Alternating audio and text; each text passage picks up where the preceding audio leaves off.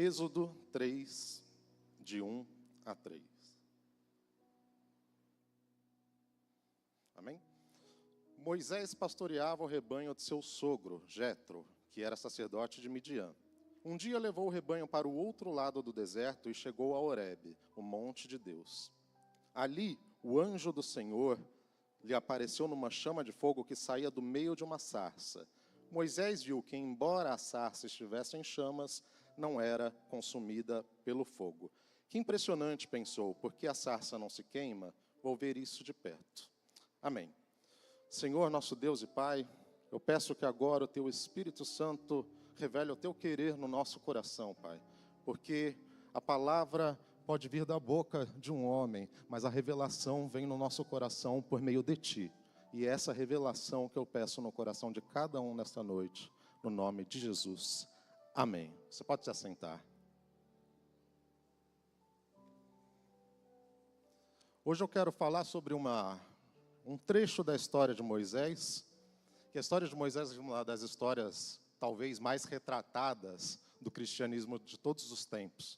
Eu acho que todo mundo já deve ter visto, se não leu a história na Bíblia, a história inteira, deve ter visto algum filme, alguma animação, alguma série sobre isso, filmes, desde filmes extremamente midiáticos, como O Príncipe do Egito, até tem uma série na Netflix muito boa para quem quiser ver, Testamento, também sobre a vida de Moisés, 3 episódios.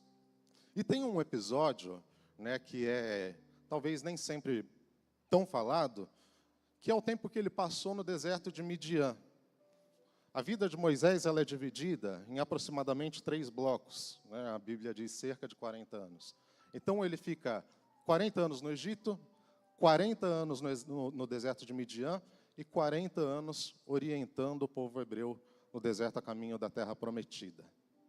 Essa é a separação da vida de Moisés que nos é retratada. Então Moisés, num brevíssimo resumo, ele é um bebê que ele é encontrado, deixado num cesto no rio, ele é encontrado e ele é criado no Egito como um príncipe do Egito. Como diz o título da animação muito famosa, um príncipe do Egito. Então ele tem todas as regalias, ele é criado na cultura egípcia, ele cresce naquele palácio real, ele cresce com os privilégios da realeza.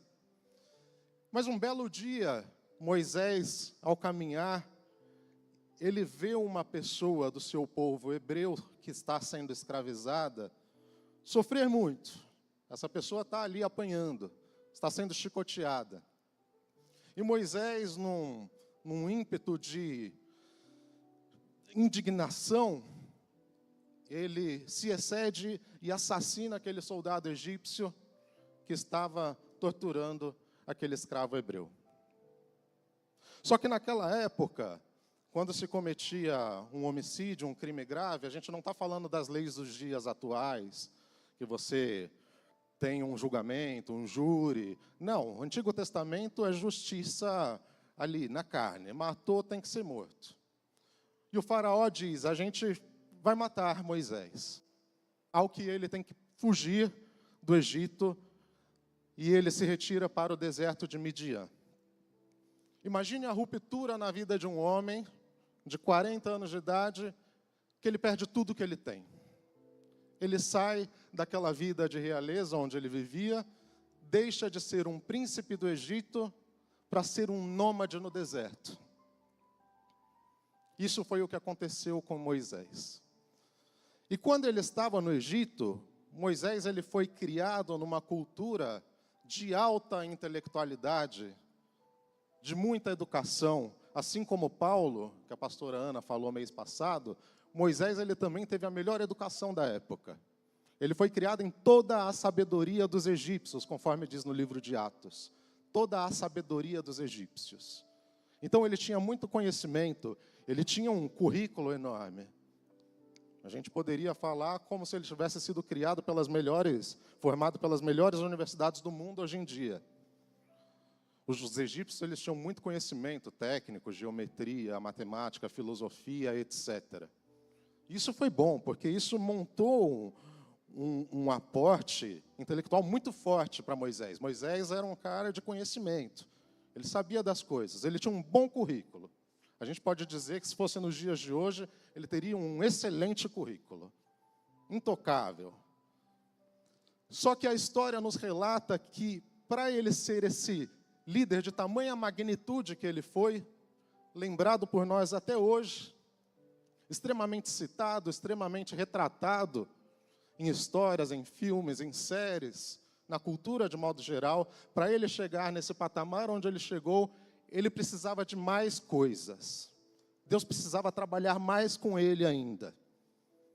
Então, essas qualidades que Deus queria desenvolver em Moisés, elas começaram a acontecer depois, quando ele foi para o deserto de Midian, que são as nossas qualidades internas. Isso não é tão visível quanto o conhecimento técnico, quanto o saber que a gente coloca ali no currículo. Tem pessoas que querem colocar, né, no currículo: eu sou simpático, sou proativo, né, é comum. Mas você só vai saber de verdade quando você convive com a pessoa. Você só sabe de verdade quando você convive, porque não tem diploma de simpatia, né? Então, Moisés, ele vai, por meio da dor, da solidão e da mudança bruta na sua vida, começar a desenvolver outras áreas que eram necessárias para essa formação dele. Por meio da dor e do sofrimento. Porque há um ponto na vida em que todo mundo tem que encarar a seguinte pergunta: quem é você quando você perde tudo? Quem é você quando você perde tudo o que você tem? Você é alguém ainda, você é alguém.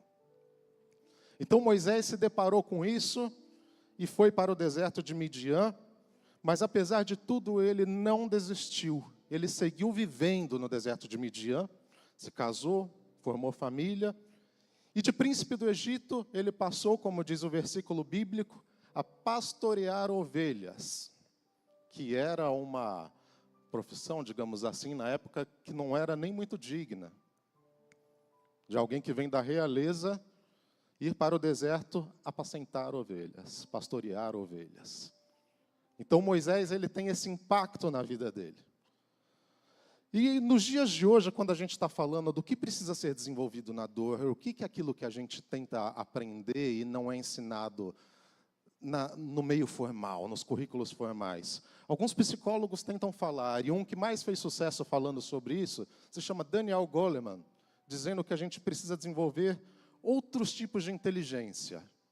Ele diz assim: o teste de QI só ele não importa para dizer se uma pessoa é inteligente ou não. Ele diz: há vários outros tipos de inteligência, mas eu vou escrever sobre duas, pelo menos. Uma é a inteligência emocional. Não adianta eu ser muito inteligente, fazer cálculos rápidos, decorar muito bem as coisas, se eu não sei lidar com as minhas emoções. Se eu sou uma pessoa de pavio curto, se eu sou uma pessoa que desiste fácil, que desanima em todo tempo. Inteligência emocional. E depois ele falou sobre a inteligência social. Não adianta eu ser muito inteligente se eu não sei lidar com uma pessoa. Ou se pelo menos eu não me esforço em aprender a lidar com uma pessoa. E isso já foi dito na Bíblia muito tempo antes, porque a transformação de Moisés vai fazer com que ele aprenda muito disso que ele talvez não tivesse aprendido no Egito. Porque pastorear ovelhas é uma tarefa difícil. É difícil, porque ovelha é sensível. É diferente de manejar boi e gado. Porque quando você maneja o gado, você maneja digamos, na ordem. Na violência, muitas vezes, você ordena e vai por trás, bate, ordena, o gado segue o caminho. A ovelha não. A ovelha, o pastor tem que andar na frente dela e ela vai seguir o pastor, se ela conseguir, porque a ovelha não tem nem bom senso de direção. E outra coisa, a ovelha é muito frágil, muito sensível. Se gritar com a ovelha, ela fica estressada. Boa analogia, né, pastor? Tem ovelha que morre de estresse, para vocês terem ideia. A ovelha fica magoada com facilidade, né? Tem ovelha que cai de barriga para cima, fica se debatendo porque não consegue se virar.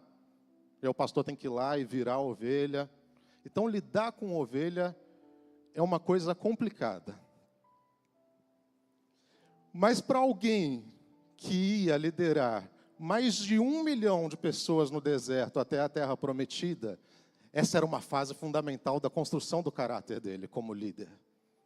Ele precisava passar por isso, porque a Bíblia diz também no livro de Números, que neste tempo, Moisés era o homem mais manso da face da terra. Em outras traduções, mais comedido de toda a face da terra. Porque ele precisava desenvolver esse aspecto dentro dele, que veio por conta da perda e da dor, para que ele pudesse ser um líder da magnitude que ele foi. E muitas vezes a gente percebe que, para uma pessoa conseguir lidar com uma grande conquista, ela precisa ter aprendido a lição que vem do sofrimento também. A vida não é sofrimento, como dizem os filósofos. A vida com Jesus ela é alegria, mas ela contém momentos de sofrimento. E isso é inevitável. Jesus nos dá força para passar pelo sofrimento. Mas a gente tem que saber lidar com ele. E tem pessoas que elas estão andando numa linha reta e elas caem num buraco de sofrimento que permite que elas subam mais depois. É o que aconteceu com Moisés, em 3 períodos de vida. Mas quando acontece isso aqui, a pessoa está aqui, ela vai direto para lá, isso aqui é um perigo. Isso é um perigo, porque às vezes a pessoa ela não desenvolveu aquilo que ela precisa para lidar com uma bênção daquele tamanho, ou com uma responsabilidade daquele tamanho. Só que há uma questão que diferencia a nossa fé de um discurso motivacional. Porque a gente acredita que nesse abismo, a gente aprende se a gente confiar em Deus. Porque senão a dor pode virar só trauma e ser improdutiva. Mas quando a gente está na dor, está no sofrimento, mas está segurando na mão de Deus, a gente transforma o sofrimento em bênção para a nossa vida. E eu declaro que o seu sofrimento pode ser transformado em bênção para a sua vida no nome de Jesus. E você pode receber isso. Então Moisés, ele passa por esse vale para chegar no mais alto. E existem 2 coisas que mostram o caráter de uma pessoa, e a Bíblia fala muito sobre isso. A pessoa, ela se revela e aprende muito, no muito e no pouco. No livro de Provérbios, a oração de Agur diz o seguinte: Senhor, não permita que eu tenha tão pouco, ao ponto que eu tenha desejo de roubar, e não permita que eu tenha tanto, ao ponto que eu tenha vontade de virar as costas para Ti. A Bíblia fala, em Provérbios, um livro sapiencial, um livro de sabedoria, que os extremos são perigosos para o ser humano quando ele não está firmado em Deus. Então a gente passa pelo sofrimento, mas com a base firmada na fé. E com essa base na fé, nós somos trabalhados e transformados para darmos fruto. E dessa passagem de Moisés, desse sofrimento, há pelo menos 3 breves pontos que eu tiro de lição e gostaria de compartilhar com vocês nessa noite. O primeiro ponto é que Moisés, ele nos prega o desenvolvimento de uma autoconsciência. Nós precisamos nos conhecer melhor para sermos bem-sucedidos, para sermos abençoados, para conseguirmos liderar, para alcançarmos os lugares altos. Precisamos nos conhecer, porque alguém que almeja lugares altos tem que saber lidar também com a dor e frustração. Tem que ter raiz. Para crescer tem que ter raiz. Senão não aguenta. A gente estava ouvindo agora na Chominec, né? Para empreender tem que ter coragem. E tem coragem quem tem raiz. Muitas vezes as pessoas elas não confiam em quem elas são. Elas perderam a sua identidade. Elas não sabem qual é a função delas no mundo. Elas não sabem para que elas estão aqui. E elas se apegam em coisas que são muitas vezes fúteis. Nós podemos, por exemplo, e devemos consumir do bom e do melhor deste mundo. Mas coitada da pessoa que acha que para ela ser valorizada e respeitada, ela precisa comprar algo para mostrar para os outros. Coitada da pessoa que acha que o respeito só deve vir assim para a vida dela. Coitado, o meu coração dói enquanto pastor, enquanto ser humano, quando eu ouço uma notícia dizendo que teve uma crise financeira e um executivo, uma executiva pula da janela do prédio porque perdeu tudo. Que tudo era esse? Essa pessoa já estava perdida faz tempo, porque ela se perdeu de si. Ela se apegou a uma outra coisa, ela estava fora dela. Numa coisa que era superficial, ela construiu um castelo de areia e se tornou sem identidade. E essa pessoa vive em sofrimento. Mesmo que não tivesse perdido tudo, estava sofrendo. Então, quando a gente lida com a dor do deserto, com a dor da frustração, e se firma em Deus, nós voltamos a reconhecer o nosso valor.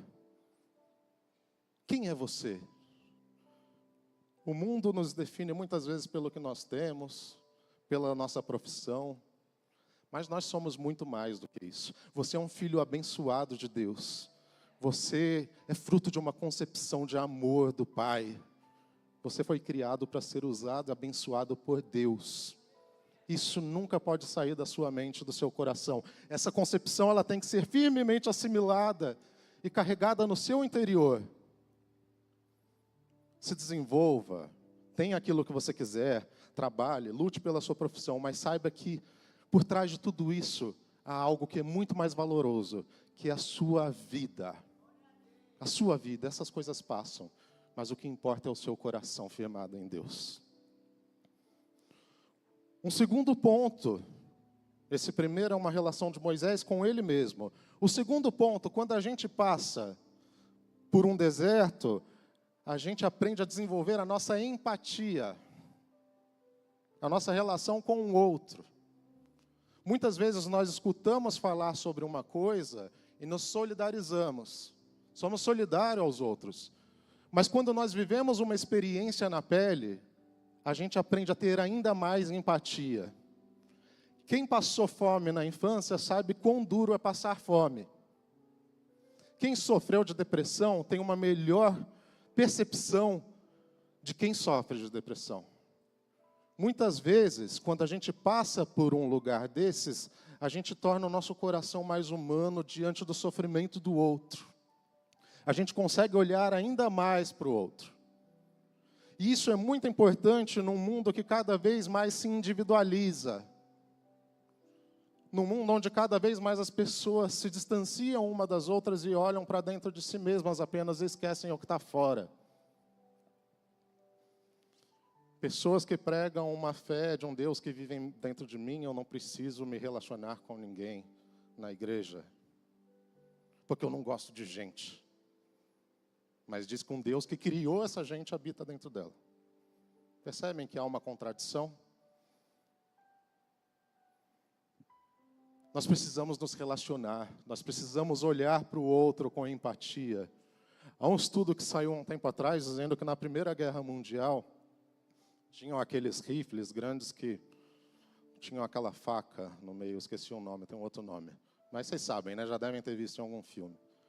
O índice de morte por essa arma era menos de 1%, 0, alguma coisa. O índice de pessoas que foram mortas por tiro durante a Primeira Guerra, baixo também, em torno de 5%. O índice maior, mais de 90%, as pessoas foram mortas por explosões.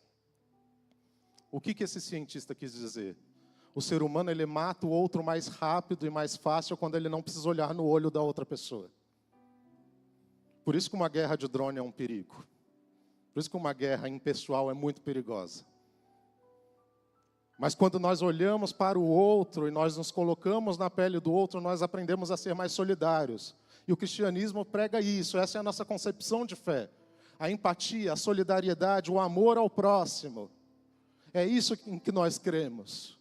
E é isso que muitas vezes está se perdendo no mundo de hoje, que cai cada vez mais no egoísmo solitário.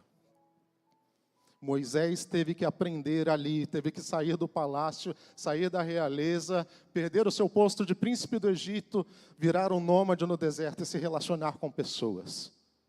Ele precisava disso para conseguir conduzir mais de 1 milhão de pessoas no deserto.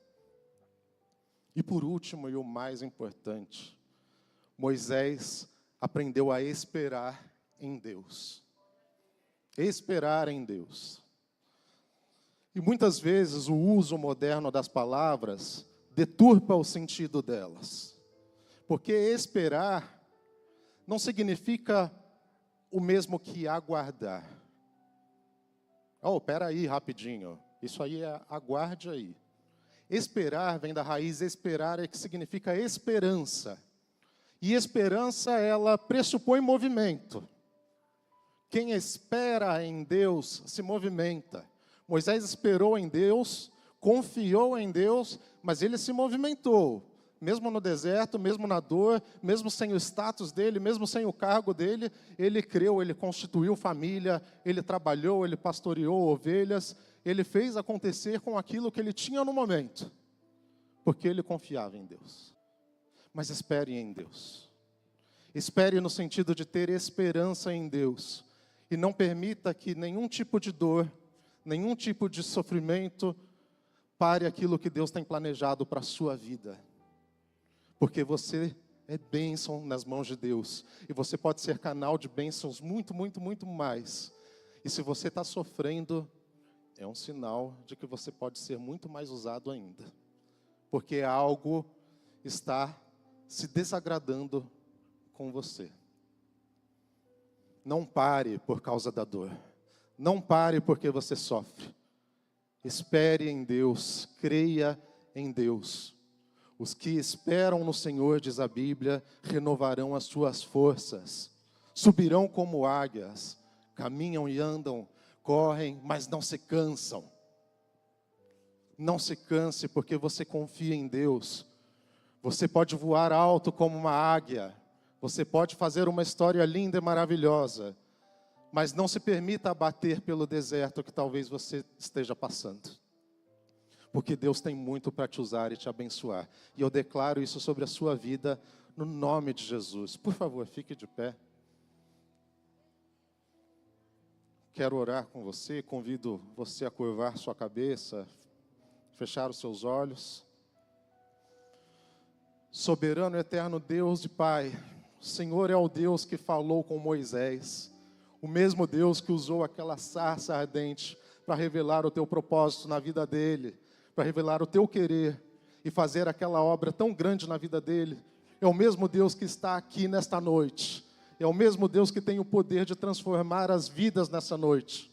É o mesmo Deus que pode trazer esperança, restaurar as forças, curar as feridas, livrar de todo mal. O Senhor é o Deus que estende as mãos para os seus filhos e mostra os seus propósitos. Então eu te peço nesta noite, Pai, que o teu Santo Espírito venha restaurar qualquer desânimo, venha trazer força, venha revelar o teu querer. Que as pessoas que estão aqui de coração aberto para te receber, sintam-se usadas por ti, Pai, para que elas sejam especiais, Pai, para que te adorem em espírito e em verdade, para que vejam a sua promessa se cumprir na vida delas. Que o seu querer seja feito e realizado em nossas vidas, no nome de Jesus, Pai. Tira todo impedimento, toda barreira, tudo aquilo que trava qualquer tipo de ministério, qualquer tipo de desenvolvimento, Pai. Qualquer provação, seja no trabalho, seja na saúde, seja na família, onde for. Nós cremos que o Senhor é um Deus de poder e graça, aquele que pode mudar, que pode transformar completamente a nossa realidade. Por isso cremos em Ti, porque o Senhor é um Deus de transformação, um Senhor que se mostra para nós, mesmo em meio ao deserto. É o que eu te peço no nome de Jesus. Amém. Que Deus te abençoe em nome de Jesus.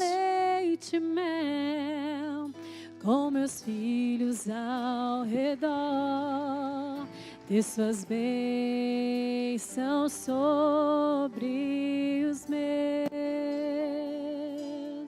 Aleluia.